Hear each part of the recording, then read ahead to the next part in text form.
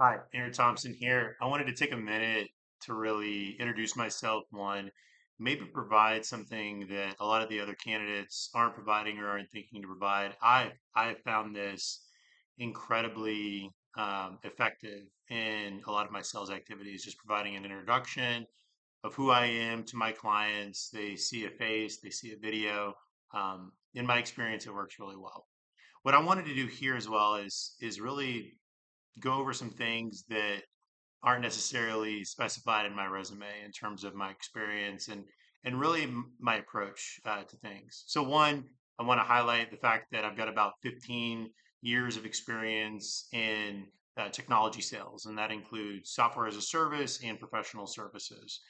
Usually, this is done in conjunction with my role in consulting. I partner with software companies to co-sell in a co-selling environment. And I've worked with a number of big startups that a lot of people know very well, including Apogee and a variety of others. More recently, I've been very heavily engaged in artificial intelligence and started a company around it.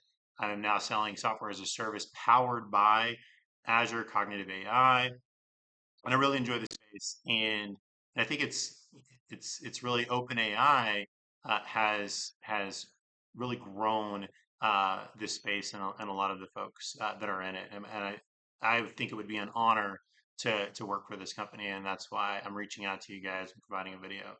Uh, a little bit about me and kind of my approach. I am kind of a different breed in the sense that I came from a single parent home. It was just my mom and I. It was a sales home. She sold yellow pages across the U.S. and I traveled with her, everywhere, and learned firsthand what it takes to sell. And the most important thing, and it's really hard to do it in an interview, to illustrate this skill, because in an interview, oftentimes we're selling ourselves, right? And so we're doing a lot of talking. But one of the things that I learned from my mother early on, is the key to sales is to listen. And if you rearrange the letters in the word listen, what you get is silent. And so my strategy is really just to get the client talking as much as possible because they'll tell you what they need. And at the end of the day, once you know what they need, we can create the solution that meets their expectation and the roadmap for that. And I think that drives business, the relationship, and I can keep those relationships moving forward, right? I don't like to have transactional relationships. I want long term, value based relationships, and that's what I've learned.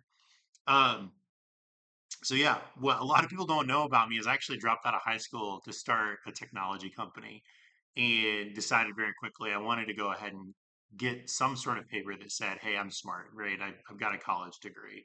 And so I put some things together and put my way through, put myself through the Macomb School of Business. The Macomb School of Business is one. It's the top 10 undergrad business program in the nation. The program that I was in uh, was number one. So I started off on the accounting side, and then I very quickly shifted into what I really enjoy, and that's technology. So management information systems. It was third in the nation at the time, and it was second to MIT and one other institution. I don't remember exactly which one.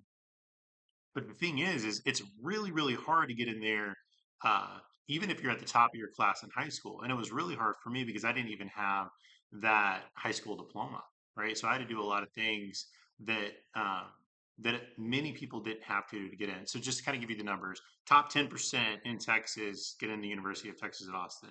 You cannot get directly into the Macomb School of Business within the University of Texas at Austin. You have to qualify. You have to qualify for that. So it comes down to about less than 1% gets into the Macomb School of Business that actually apply. And when you're applying as a transfer student, the percentage is even smaller. So how was it? How was it that this high school dropout was able to do that? My grades weren't that good in high school, so I had a lot I had to learn, and I took seven math classes in the course of a year and a half. I took all the basics and all of that. So that's early on. And that's been my mindset. No matter what position I've put myself in or what I've taken on, I've always come out on top and I've been successful. So when you read my resume, I think my qualifications are definitely there, and then some, right? So the minimum qualifications was 4 years of experience in software as a service. I've got more years than that. In addition to that, I've got a mindset to where whatever I take on, I'm gonna be the best that I can at it, right? Um, and what I've learned along the way is really how to be a team player, right? I'm not the only one that is going after the sell. I'm not the only one that has the expertise. I'm not the only one that has the knowledge.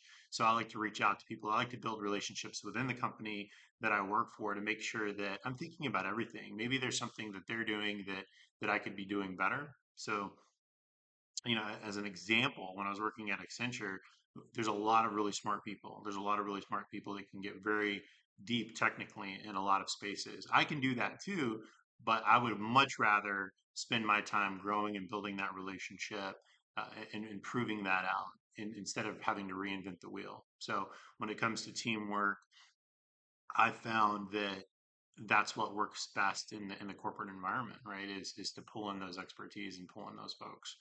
Um, so yeah, I want to round this out and just really reiterate the fact that I'm incredibly excited about what OpenAI is doing. In every situation that I've been put in, I come out on top because what I do, but right, wrong, or indifferent, right? And this this may lose the job for me, what I'm about to say. But when I take on a task, everything I do is about that, right? Everything that I do is about that, and I figure out a way to derive purpose in what I'm doing at the time. One of my most challenging classes at the University of Texas was history. I hated history, but what I had to do is figure out a way to love it, figure out a way to integrate that into the stories that I was telling my clients. In the future, when I was projecting myself into the future and putting myself in that situation, what can I pull from that that's ultimately going to benefit my career? And I basically sold myself on it. And so that's why I've become so successful over the course of my career. I don't have to sell myself on OpenAI. I'm 100% sold. I'm a big believer in the product. I think that there's a message that we can convey in the generative AI space that's not being conveyed today. And that's the simple fact that generative AI helps businesses, helps companies do the things they want to do, right? And it can automate and streamline the things that they're getting wrapped around the axle on. And I think that is a huge message that many companies need to hear. A lot of folks are thinking about cost cutting, reducing headcount. Why not maximize the productivity of the headcount and reinvent the business through generative AI? And I think OpenAI can help businesses do that. I just don't think they're applying it the right way. And I can figure out a way to help them apply it because the company that I work for now, Inventory, we've built that entire software based on generative AI. We've coded it based on things that we were pulling from generative AI. Our copy is from it's all from OpenAI. It's actually a lot of it's ChatGPT. And then beyond that, right? We've built on that. We use Azure and Cognitive AI, like I mentioned before, in our go-to-market offering. And so, what it's allowed me to do is really focus on the things that I enjoy the most. And I think that your clients, the OpenAI clients, need to hear firsthand what it's like from someone who's actually lived it, who's actually done it and implemented it and can see the value, right? And so I think that's what I bring to the table in addition to the mindset that no matter what I do, I'm going to be successful at. So I really hope this video went over well. If you have any questions or if there's any other spaces in OpenAI, I really want a jersey. I want a t-shirt. I want to be a part of this thing. I think it's huge. It's very exciting. So yeah, I'm looking forward to the opportunity. Thanks.